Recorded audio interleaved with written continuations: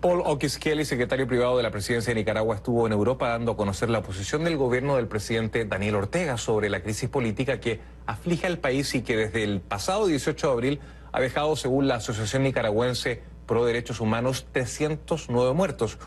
Justamente hablamos sobre el diálogo, la petición de la Iglesia de adelantar las elecciones para el 2019, un diálogo donde obtuve respuestas un poco largas y un poco evasivas también. Les presento la entrevista que fue grabada este lunes.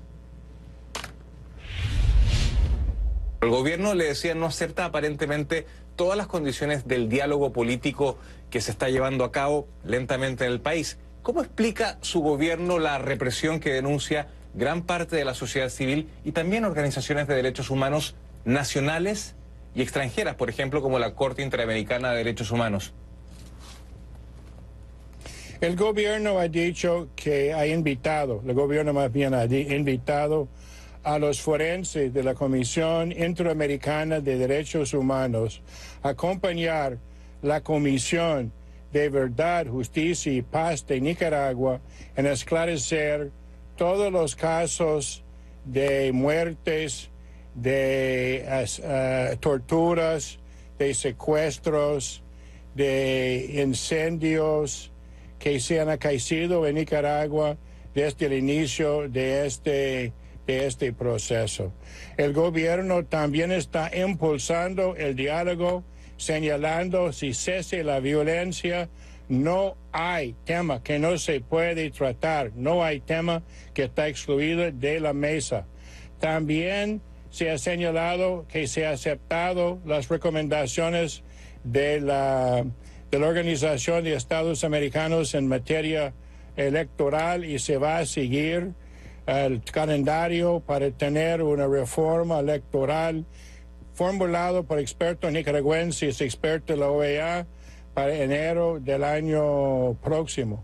Estos elementos apuntan así al diálogo para resolver el conflicto y el 30 de junio había muy buenas noticias.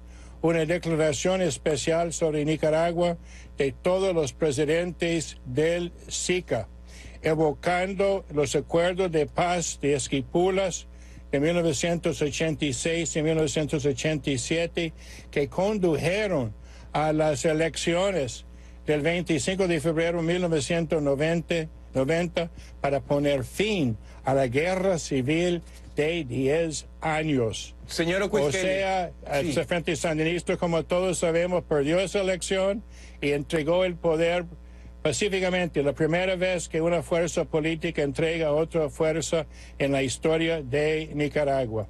O sea que en Nicaragua se han realizado negociaciones para salir de conflictos antes y se puede hacer de nuevo. Y este apoyo de los presidentes de todo Centroamérica, firmado por todos, también pide el levantamiento de las barricadas, que es un elemento muy importante de la pacificación del país, porque las barricadas son impuestos violentamente, mantenidos violentamente, y no solo están estrangulando la economía de Nicaragua, sino también de Centroamérica.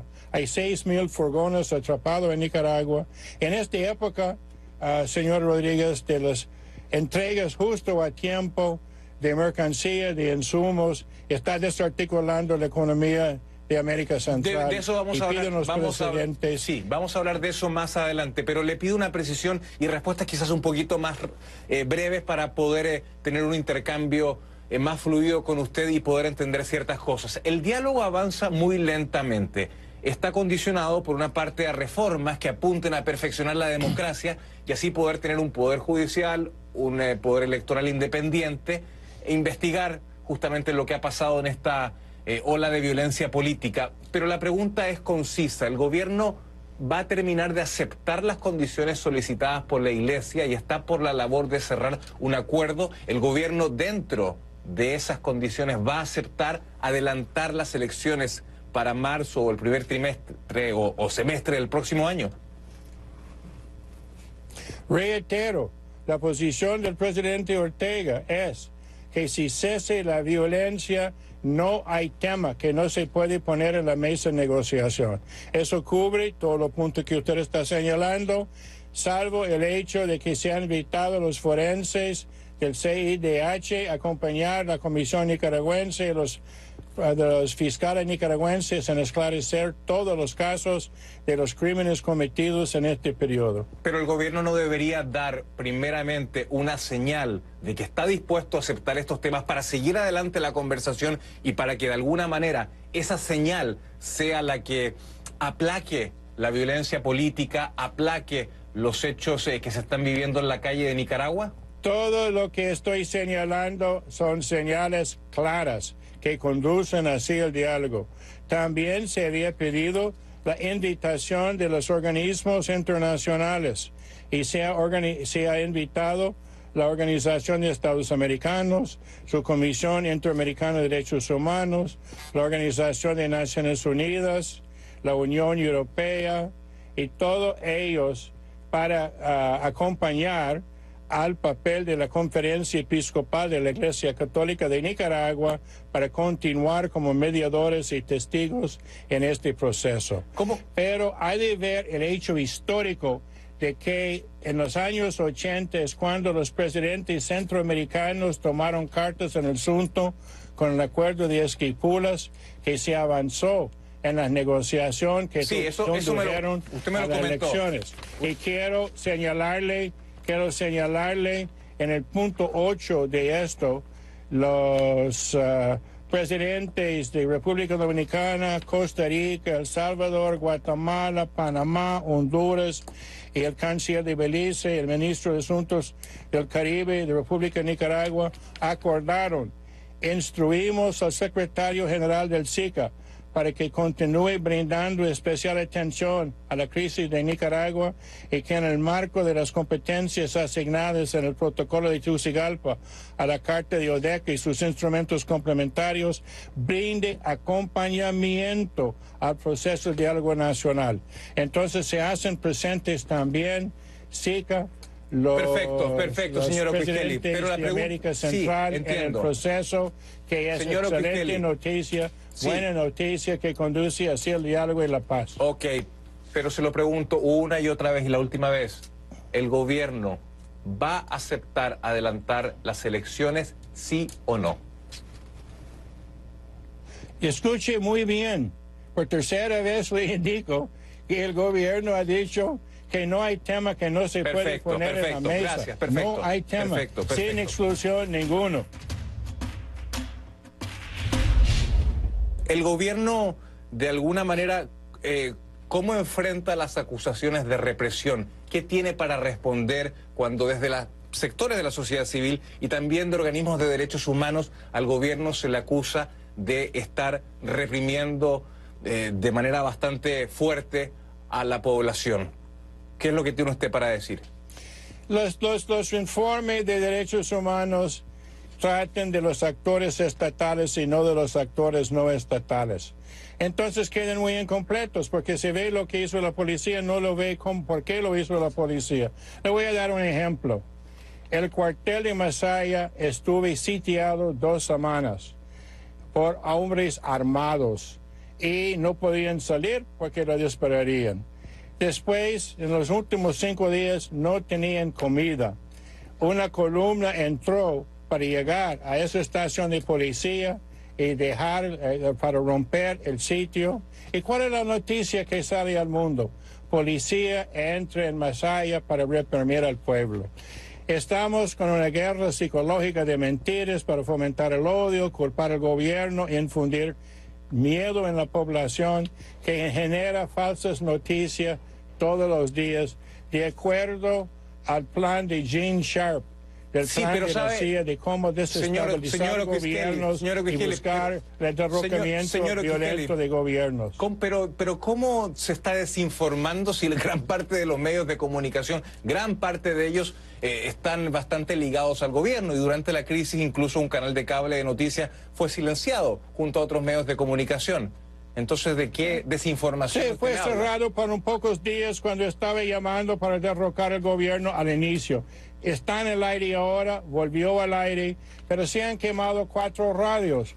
Radio Ya, progubernamental, Radio Nicaragua, el del Estado, y también Radio Yes en Matagalpa. Radio Darío era hecho, que esa es la cuenta de algunos compañeros sandinistas. Los otros tres, por sus manifestantes pacíficos, quemaron las radios. ¿Dónde está la noticia internacional que se está silenciando radios por quemar las estaciones? Se mató un policía, los manifestantes pacíficos de usted, cuando quemaron Radio Ya.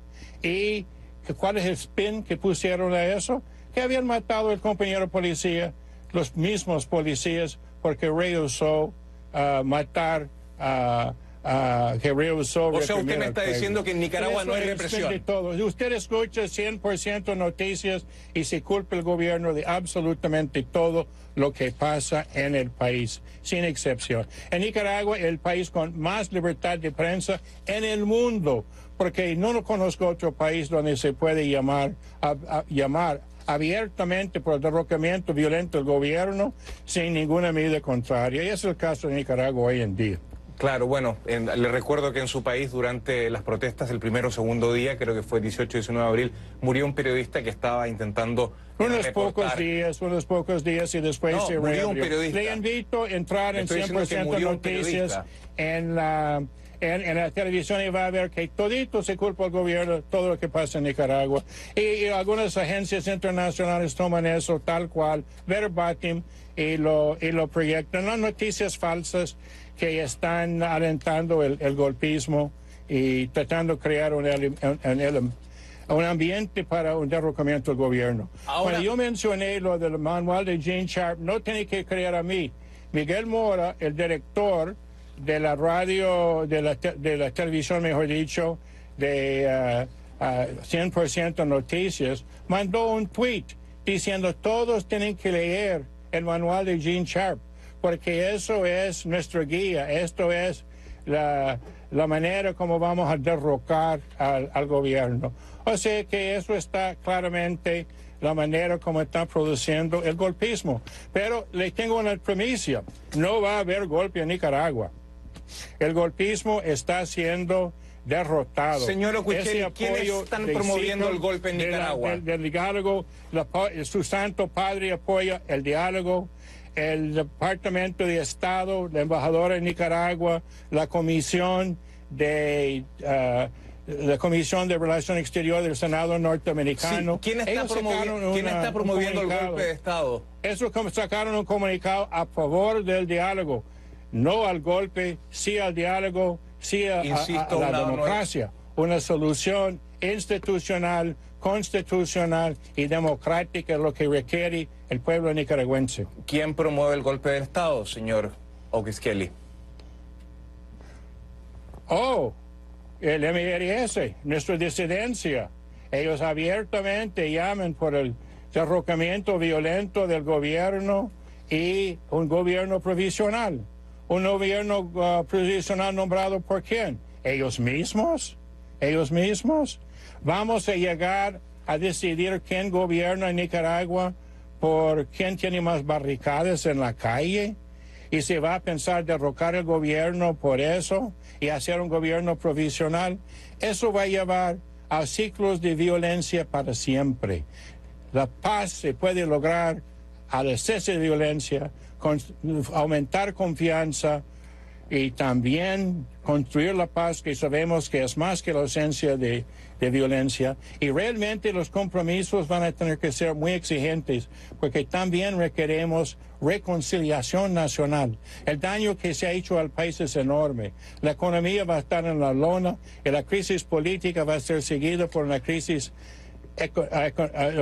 política, va a ser seguido por una crisis económica y social. Bueno, de hecho, la reconciliación de las y los nicaragüenses para enfrentar esa situación. De hecho, la economía, señor Oquiheli, si me deja preguntar, señor Oquiheli, si me deja preguntarle, podemos dialogar mejor. También saben hacer barricadas. Sí. ¿Cómo? Que si me deja preguntarle, y me responde un poquito más breve, podemos tener un intercambio mejor.